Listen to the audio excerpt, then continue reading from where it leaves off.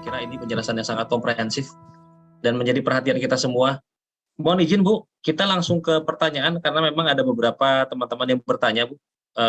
Silakan.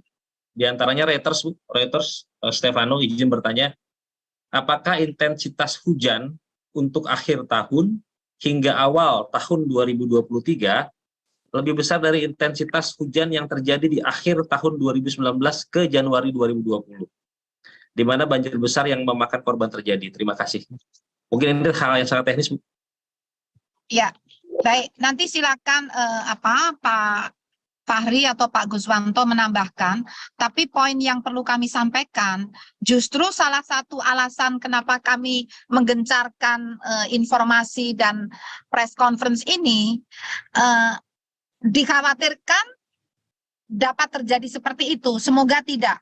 Kenapa? Saat itu tingginya intensitas hujan itu juga dipengaruhi oleh seruakan udara dingin yang tadi dari dataran tinggi Asia, dataran tinggi Tibet, sama ya, dengan juga monsun Asia yang semakin menguat. Namun bedanya, saat itu sudah mulai terjadi La Nina. Jadi La Nina sendiri itu saat itu dapat meningkatkan intensitas atau curah hujan sampai 70%. Bersamaan dengan seruak udara dingin dan monsun Asia. Jadi sampai menjadi ekstrim ya, bahkan itu lebih dari ekstrim. Ekstrim itu batasannya 150 mm dalam 24 jam. Saat itu sampai 377 mm dalam 24 jam. Nah, bedanya sekarang adalah La Ninanya levelnya lebih rendah, yaitu La Nina lemah. Namun saat ini La Ninanya lemah, tapi disertai dengan MGO. Dan juga ada itu tadi SEN itu apa ya, arus lintas ekuatorial. Nah itu jadi lebih baik kita waspada, lebih baik kita siaga ya. Meskipun La Ninanya sudah melemah, artinya tidak sekuat tahun itu, tapi di sini bersamaan dengan MGO, bersamaan dengan SEN, bersamaan juga dengan menguatnya monsun Asia, bersamaan juga dengan puncak musim hujan juga. Jadi demikian. Yang lebih baik kita lebih siaga, berjaga-jaga ya. Semoga tidak terjadi. Demikian. Mungkin Pak Guswanto atau Pak Fahri bisa menambahkan, saya persilakan. Termasuk upaya yang dilakukan, Pak Guswanto, Bapak bisa menjelaskan bersama Pak Fahri. Saya persilakan. Saya tambahkan rekan-rekan wartawan, ini adalah gambaran yang sebelah kiri, itu adalah gambaran peta sebaran hujan Jabodetabek 31 Desember sampai 1 Januari ya. Artinya malam tahun baru di tahun 2020. Itu terjadi hujan lebat dengan tertinggi ada di Halim 377 mm per hari. Sedangkan ini sebelah kanan itu kan tanggal tahun 2021, tapi di bulan Februari. Nah, kemudian yang ingin saya katakan, apakah tahun ini lebih sama? Potensinya masih ada, namun harus kita lihat dulu faktor utamanya. Seperti yang disampaikan oleh Kepala BMKG tadi, bahwa pada tahun 2019 menuju 2020 itu adalah La Ninanya dalam kategori moderat. Nah, saat ini itu lemah menuju netral, yang dimungkinkan nanti di bulan Februari Maret itu akan menuju netral. Itu yang bisa ditambahkan. Kemudian yang disampaikan kembali, usaha apa yang perlu dilakukan, yaitu usaha yang perlu dilakukan dalam rangka untuk mengantisipasinya. Yang pertama, kami berharap masyarakat selalu waspada terhadap terjadinya periode cuaca ekstrim ini. Karena apa? Cuaca ekstrim ini sebenarnya selalu ada di setiap puncak musim hujan. Dan puncak musim hujan akan jatuh pada bulan Januari Februari ya, Desember, Januari, Februari di antara tahun khusus untuk DKI Jakarta itu sendiri, barangkali nanti ada di Januari, Februari untuk musim hujannya, kalau kita lihat beberapa faktor yang terakhir. Dan kemudian kita pastikan juga usaha apa, yaitu infrastruktur di tata kelola air itu perlu ditingkatkan. Karena kalau kita lihat, hujan itu adalah merupakan salah satu faktor pemicu adanya banjir. Kalau infrastruktur dan semuanya lebih bagus, lebih tertampung, hujan se ekstrim apapun tidak akan menimbulkan permasalahan tentang banjir dan lain sebagainya. Kemudian ada satu usaha yang kita harapkan saat ini adalah masyarakat lebih sadar akan cuaca dan iklim. Artinya mitigasi yang sesungguhnya yang dapat dilakukan adalah masyarakat harus mengenali lingkungan tempat tinggalnya, itu adalah yang utama. Kemudian baru mengupdate informasi cuacanya, perkembangannya seperti apa. Karena mitigasi adalah menggabungkan dua hal itu. Di mana kalau kita tinggal di rumah air atau di bantaran sungai atau perumahan yang cekung, maka kita harus waspada apabila ada peningkatan curah hujan.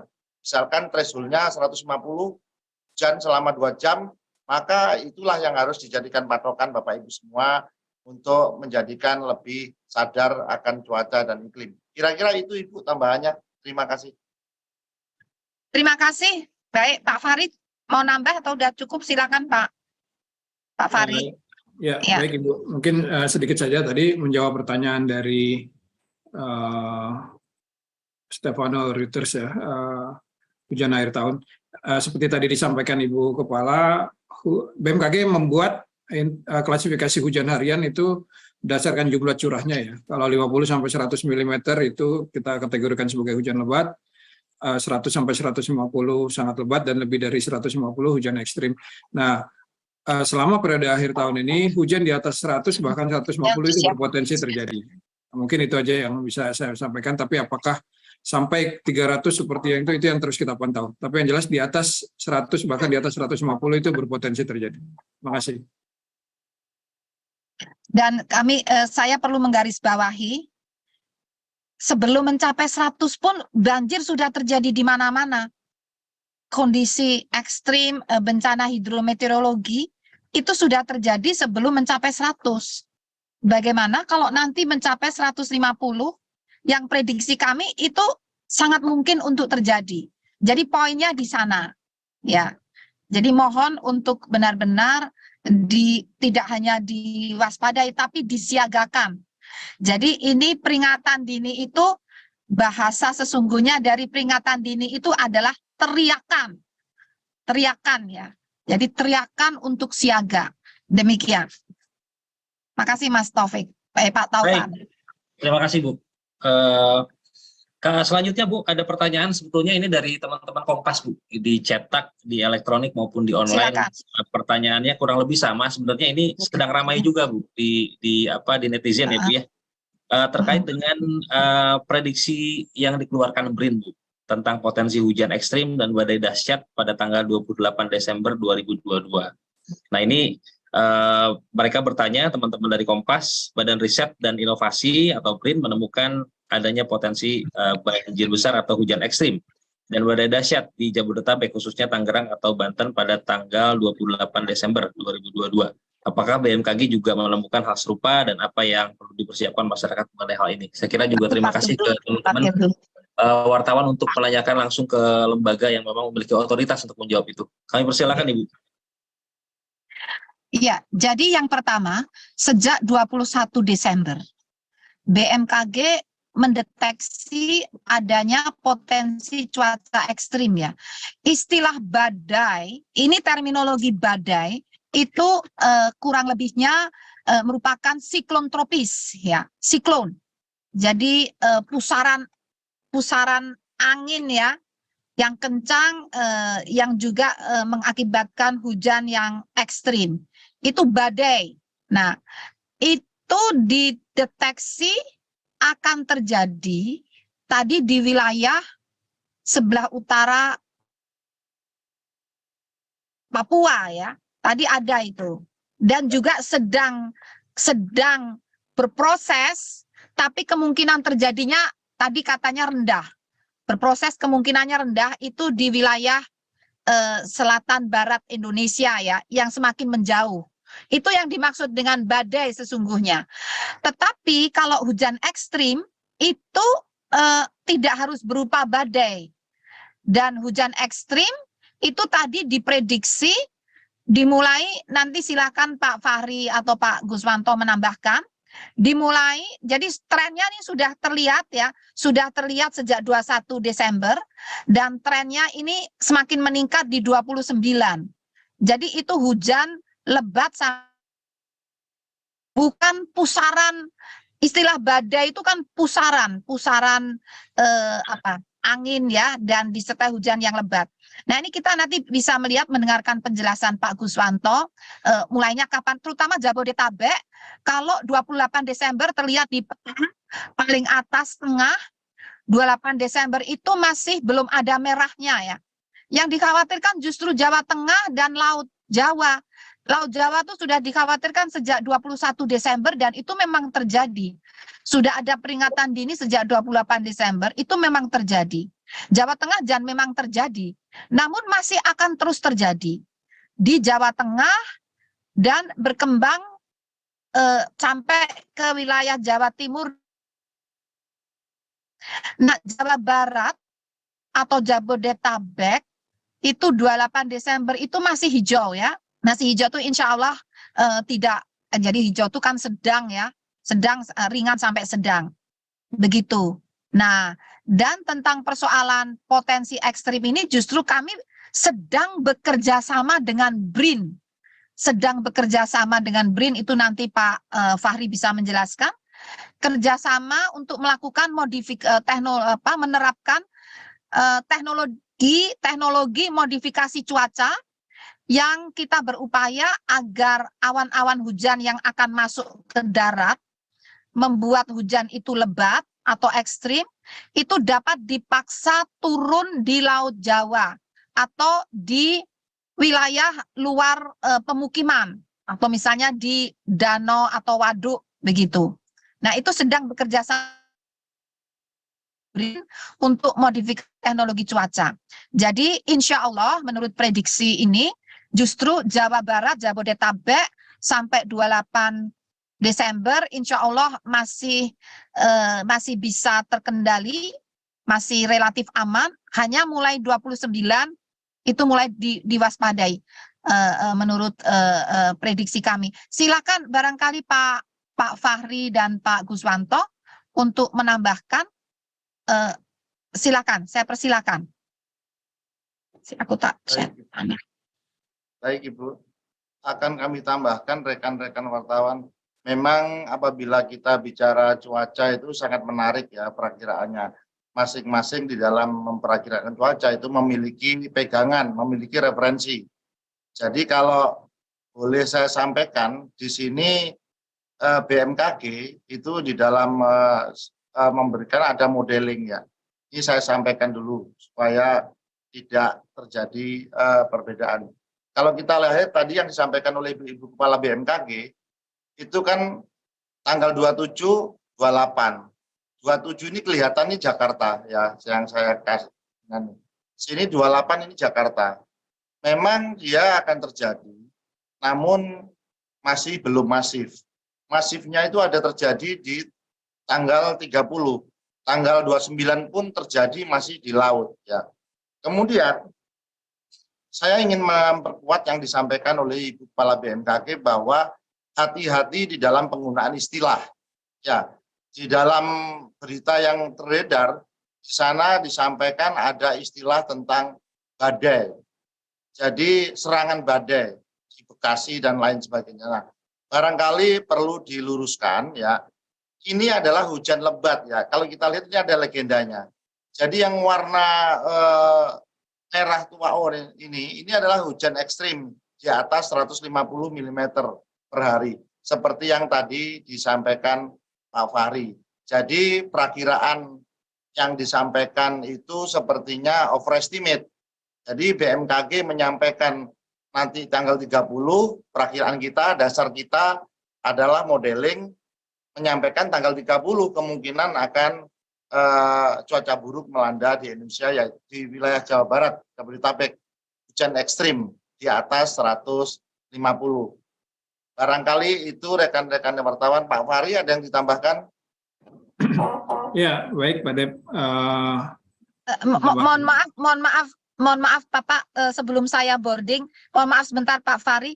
Jadi perlu ditegaskan tanggal berapa DKI Jakarta, Banten atau Jabodetabek diprediksi terjadi hujan lebat ataupun ekstrim, bukan badai. Nah, kalau tidak salah tadi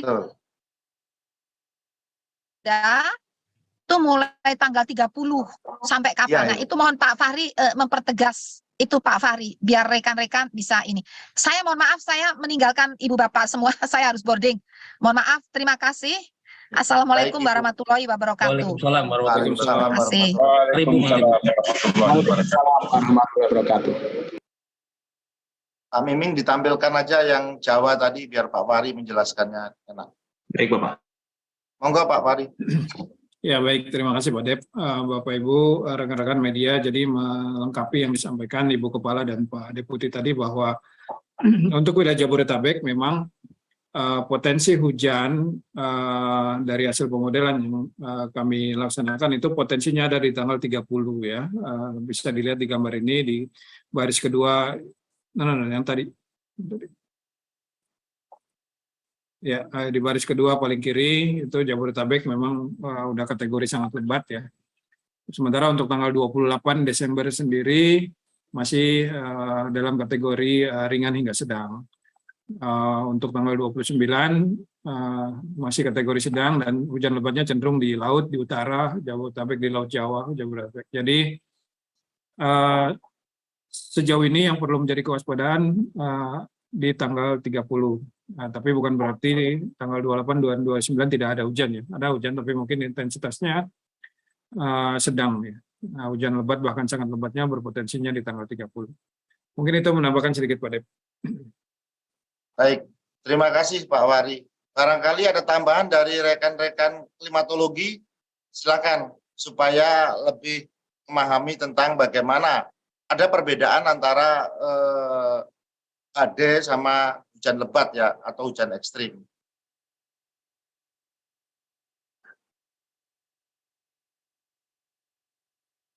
Silakan. Silakan Pak Dodo, mungkin mau menambahkan Pak.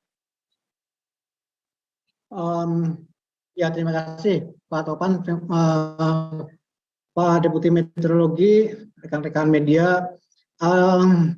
Dari sisi klimat, kami menyampaikan tambahan bahwa memang saat ini sebagian besar wilayah Indonesia sedang berjalan musim hujan, ya. Dan puncaknya biasanya Januari, Februari, ya. Ini nanti beberapa wilayah memasuki puncak musim hujannya di waktu-waktu tersebut. Nah, ke depan juga kita telah memperkirakan beberapa kondisi tidak terdapat El Nino maupun La Nina ya. Jadi tadi juga sudah disampaikan bahwa memasuki tahun 2023 kita akan menghabisi musim hujan ini di sekitar Februari. Nanti BMKG menyampaikan informasi untuk 2023 dalam kondisi netral. Jadi artinya hujan-hujannya sepanjang bulan-bulan di tahun 2023 ini berada di rata-rata dari setiap tempat di setiap waktu bulan atau dasarian. Jadi itu yang informasi sebagai latar belakang kondisi cuaca akhir-akhir ini, saat-saat ini di latar belakangi oleh kondisi iklim yang saat ini musim hujan dan akan berakhir, serta tadi La Nina akan menuju ke arah normalnya di tahun 2023. Demikian Pak Guswanto, mungkin tambahan dari sisi klimat ya. Terima kasih.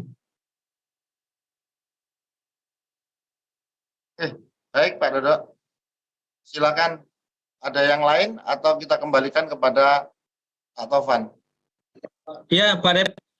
Ya, mohon izin Pak, selanjutnya ini ada pertanyaan Pak masih dari Kompas Pak, kompas.com terkait dengan kebijakan Pak, terkait dengan himbauan kepada warga masyarakat Pak selama periode Nataru, memang ada prediksi cuaca ekstrim, gelombang. Apakah imbauan ini sudah diberikan kepada stakeholder, dan sebetulnya ini juga pertanyaannya agak sama Pak, serupa dengan teman-teman yang ada di NTT. Dari Victory News, intensitas hujan yang terjadi pada tanggal 25 Desember kemarin menyebabkan wilayah Kabupaten Kupang mengalami banjir di beberapa wilayah. Selain itu, pelayaran juga ditutup sementara untuk 3 rute di NTT. Apakah ada imbauan bagi masyarakat untuk melakukan perjalanan darat ataupun bagi pengguna kapal laut? Sifatnya kebijakan, Pak. Silakan Pak untuk memberikan respon terhadap 2 pertanyaan tersebut. Baik, terima kasih Mas Tovan. Yang kebijakan atau himbauan kepada masyarakat, yang pertama adalah masyarakat harus tetap waspada, kemudian memanfaatkan informasi yang diberikan oleh BMKG di dalam melakukan misalkan penyeberangan. Kalau melakukan penyeberangan dilakukan ada perintah dari KSOP, dilarang ataupun BPTD tidak menyeberang, maka harap dipatuhi itu yang pertama. Yang kedua, untuk perjalanan darat sebaiknya memilih waktu-waktu di mana tidak terjadi hujan, karena hujan tidak sepanjang hari akan terjadi ya. Biasanya kita ada perakiraan di mana ada jendela waktu. Demikian juga untuk penerbangan, itu juga ada jendela waktu di mana cuacanya bersahabat. Itu bisa dilakukan pada periode-periode waktu itu. Kemudian yang ketiga, kita juga mengimbau kepada masyarakat, ya, khususnya tadi mungkin sudah disampaikan oleh Ibu Kepala BMKG, masyarakat pengguna transportasi angkutan penyeberangan yang tadi perlu meningkatkan kewaspadaan. Itu adalah salah satu upaya adaptasi mitigasi kondisi tersebut. Demikian juga untuk pengguna jalan tol. Apabila Anda melakukan perjalanan dengan kendaraan, mohon kendaraannya juga fit, kemudian kecepatan tidak melebihi batas maksimum yang telah ditentukan. Karena dengan adanya hujan, berkendara bisa menimbulkan kecelakaan akibat adanya peristiwa aquaplaning. Barangkali itu yang bisa disampaikan. Dan yang terakhir, barangkali kami juga dengan beberapa stakeholder, ya, dengan Pemda, mohon informasi yang disampaikan oleh BMKG dapat diteruskan sampai tingkat keluarga, barangkali di pemerintah daerah dan seterusnya. Karena kemarin pada waktu kita sampaikan press release yang disampaikan oleh Ibu Kepala BMKG tanggal 20 malam dan dilanjutkan tanggal 21 siang, itu bisa memberikan dampak pada waktu kejadian cuaca ekstrim di Sulawesi Selatan. Sehingga penanganannya lebih mudah dan lebih masif karena sudah mengetahui terlebih dahulu. Kira-kira seperti itu, Pak Tovan. Baik, terima kasih Pak Dep. Pak Dep, satu pertanyaan selanjutnya. Baru saja kita ikuti bersama konferensi pers yang disampaikan oleh BMKG terkait potensi terjadinya cuaca buruk di akhir tahun, di mana konferensi pers disampaikan langsung oleh Kepala BMKG Dwi Korita Karnawati dan juga Deputi Bidang Meteorologi BMKG Guswanto. Kepala BMKG menyatakan bahwa intensitas hujan akhir tahun 2022 hingga awal tahun 2023 tidak akan sebesar jika dibandingkan dengan hujan akhir tahun 2019 ke 2020. Sebabnya La Nina melemah, namun masyarakat tetap diimbau waspada karena sudah berbarengan dengan musim hujan. Sementara itu, Deputi Bidang Meteorologi BMKG Guswanto menyampaikan bahwa usaha yang perlu dilakukan untuk mengantisipasi adalah masyarakat waspada tentang periode cuaca ekstrim, di mana infrastruktur tata kelola air juga perlu ditingkatkan dan masyarakat diharapkan agar lebih sadar dan peka akan perubahan iklim dan juga lebih paham mengenai lokasi tempat tinggal dan lingkungan sekitar mereka. Terkait tren hujan ekstrim sendiri, BMKG menyampaikan bahwa tren hujan ekstrim ini sudah mulai terjadi sejak tanggal 21 Desember dan diprediksi akan mencapai puncaknya di tanggal 30 Desember 2022. Potensi siklon, rob, dan juga awan cumulonimbus ini mulai terjadi 21 Desember sampai nanti tanggal 2 Januari, di mana gelombang laut ini bisa mencapai 6 meter. Untuk itu masyarakat yang akan menggunakan transportasi laut harap waspada dan juga memiliki mitigasi.